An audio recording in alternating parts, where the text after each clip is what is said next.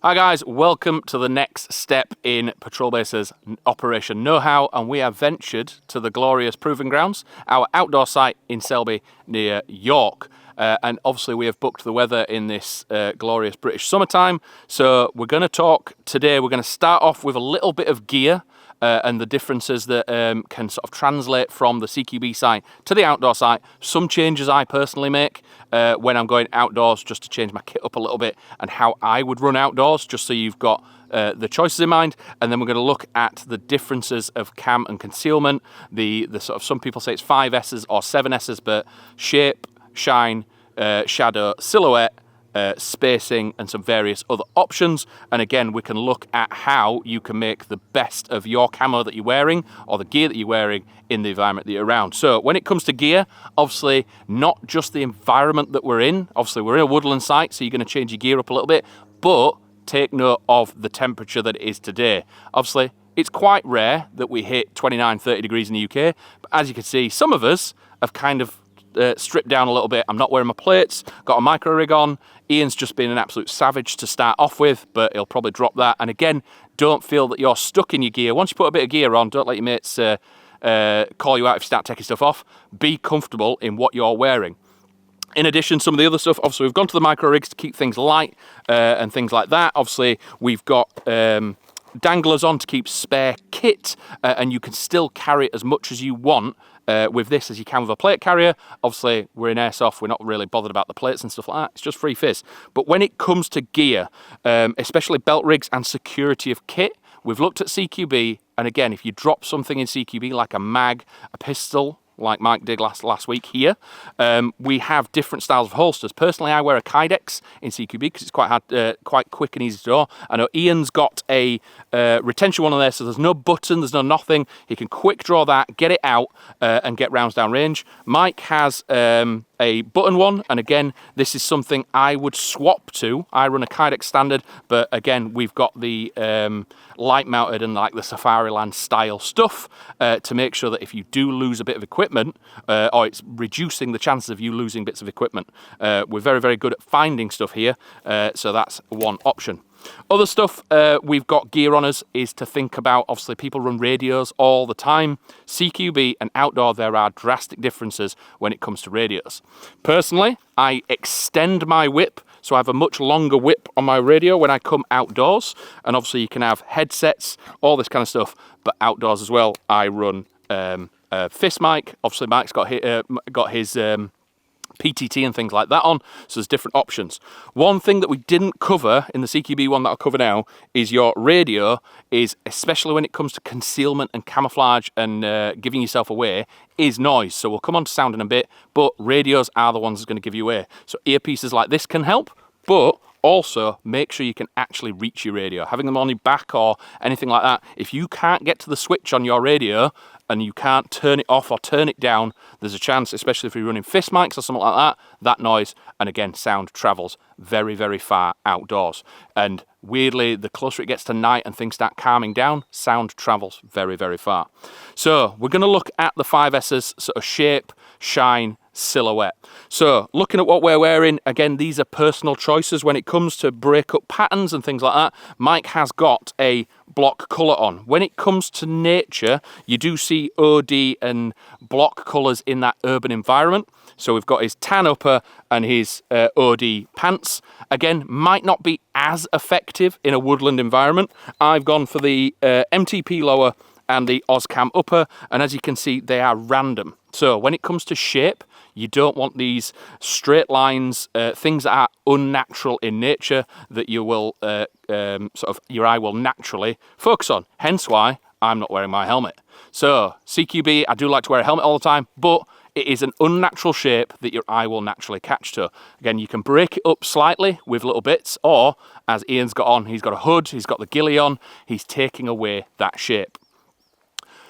Next one on that, we've got shine. So it's a little bit difficult to get rid of a lot of shine, but the main culprit of it is torches, optics, various different things like that. So if Mike comes up on a thing like this, any flat surface, we've got glass on a torch and optics. But again, we've got an example here of how you can get rid of it. We've got a kill flash on his optic. So if he's aiming down sights, and again on a bright day like this, you don't want to be moving your weapon to dictate where the sun is. So that thing flashing out, and again glass on here, little bits of metal and all like that. A quick one on sound.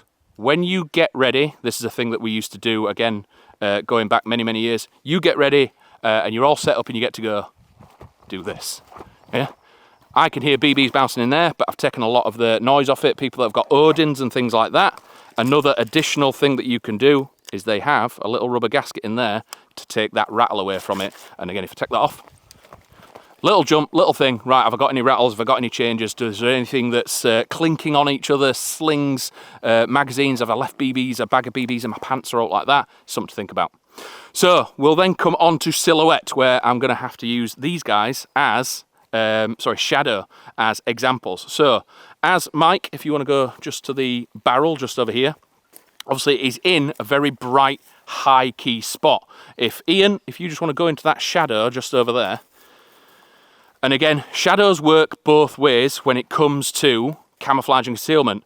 We've got, if you keep going right into that where the cover is just giving you that nice bit of shadow there. It's not a massive difference, but your eyes naturally lock onto and feature onto the highest bright spot that's in front of you. Similar to the camera that we're using, it's going to focus on Mike, and just you're going to see him all day, and you're going to ping him. As you can see Ian over there, he's almost sort of, your eyes have naturally focused on the white building. He's a little bit more harder to see, and this works both ways. That if you're in a hiding environment or a moving environment, you want to stick to the shadows like a ninja in the movies, and it just gives you that extra advantage, especially on a day like this, that you can use that massively to your advantage. The other thing with shadows, if Mike walks across here and stands by this tree, again, this is a come forward just a little bit. Again, it's the secret, sort of the silent giveaway is, as you just move and steadily walk around, your shadow is moving, and again, silhouette, shine, shadow, all that kind of stuff, that when it comes to sudden movements and things like that, the shadow is also something that's going to give you away. So what we'll do, we're just going to move to a slightly different location so I can show you the differences between speed and sudden movement when it comes to moving out of cover and into cover. So join us in a little bit of the foliage over there. So guys, we're now going to look at speed and sudden movement. So as you're moving around a woodland or anything like that, nice, steady, simple paces. Again, we've got the ground that we need to think about sound, twigs, foliage, so you can do the ghost walk where it's heel to toe and everything like that. But the main one is fast, sudden movements immediately draw the eye. You see it when you see animals in the wood, anything like that. There's a butterfly going past, it's immediately locked my eye. So as an example, Ian, if you want to move. So he was sat there the whole time, and as soon as he moves, your eyes will lock onto it, and it's just something you need to be aware of, that if you are going to do it, make sure that you are aware of where people are and that if they're going to lock to you. Your final one is spacing, especially if you're a position like this. Spacing is considered in two different ones, spacing of camouflage and spacing towards the enemy. So one of the things about camouflage or concealment is don't get too close unless it's absolutely unnecessary. And again, with sudden movements, the spacing, the closer they get to you, the smaller the movement is going to be that they're going to lock onto you. So we're going to then cut off and go on to a little bit of manoeuvres and how to get around a site. Again, using some of these cam and concealments, but more when the enemy knows you are, we need to advance to a contact. Join us in a minute. So guys, we've had a look at camouflage and how you can assist yourself in not being seen, but at some point in airsoft, you're going to come under contact, you're going to contact the enemy, and it's how you can become effective in a system of, for example, we're going to cut down here, there is an enemy position 30, 40 meters down there. Airsoft, we've got limits to our range, so what we want to do is we want to shorten that distance as quickly, as rapidly, and as violently as possible.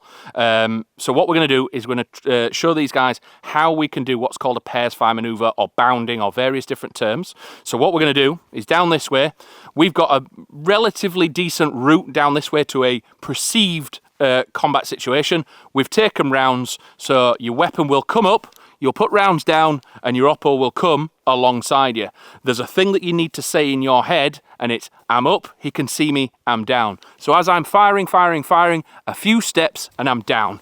Your weapon's still up, you're still firing, you're still going. As soon as my oppo is on my left and I see him in my position go down, I'm up, he can see me, I'm down. Very short, very fast movements. You're not up for too long, you're not down for too long, and you're always putting fire down. Again, he comes to my periphery, he's down. This is all without any communication. He's up, he can see me, I'm down.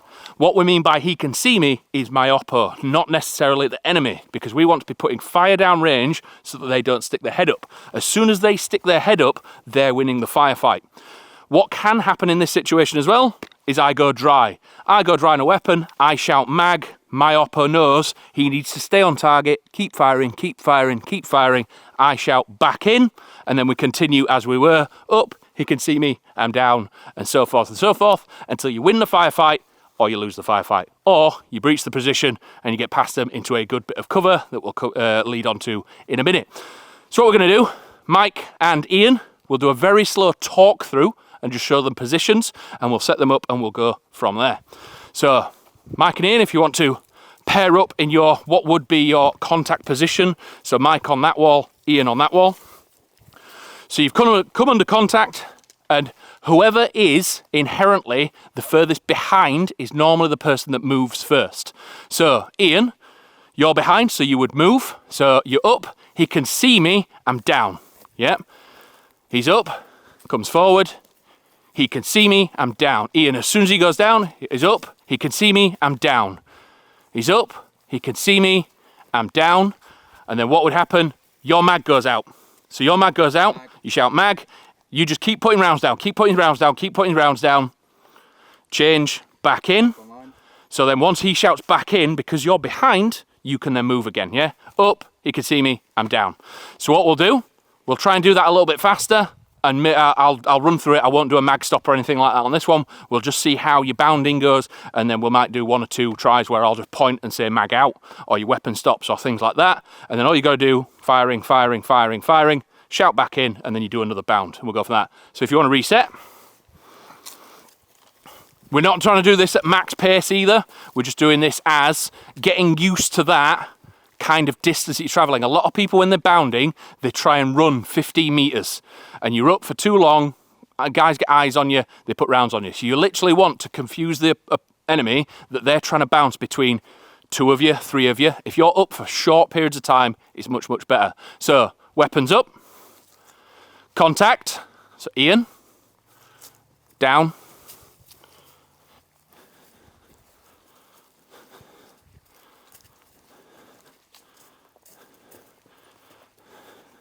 so as you see, nice quick bounce. And again, some people are like, oh, you're not behind cover or anything like that. The cover is you putting rounds down range so they're not sticking their head out, yeah? As soon as you stop, go firm, and you're behind cover, if they then get the fight back on you, they can start advancing to you, so you need to keep that fire down.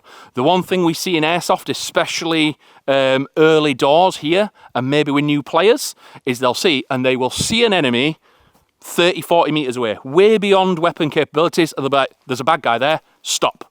And as soon as one person stops, the rest of the team stops. Allows that opponent to then do what you're doing and advance onto them, get the fire down, and win that sort of wave of that moment. So if you could keep that pressure going, move with a team, and again, you could do this with 2, 3 people. It doesn't have to be one person moving at a time, it can be multiple. So what we'll do now, we'll try and do it a little bit faster, and I might put a mag stop in there, yeah? So if you want to reset,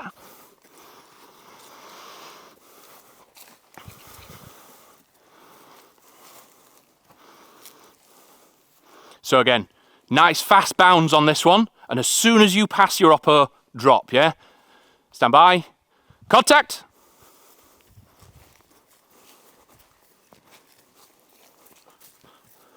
Faster, faster if you can. Mag out. Magazine. Firing, firing, firing. Back on. There you go. Nice and fast. It's awkward without rounds going off, but you get the concept of it. And again, when it comes to spacings and stuff like that, don't worry about getting too close. You're using the terrain around you. There's no right or wrong way of doing it. This is purely about getting closer to them with firepower going down. Does that make sense? Yes.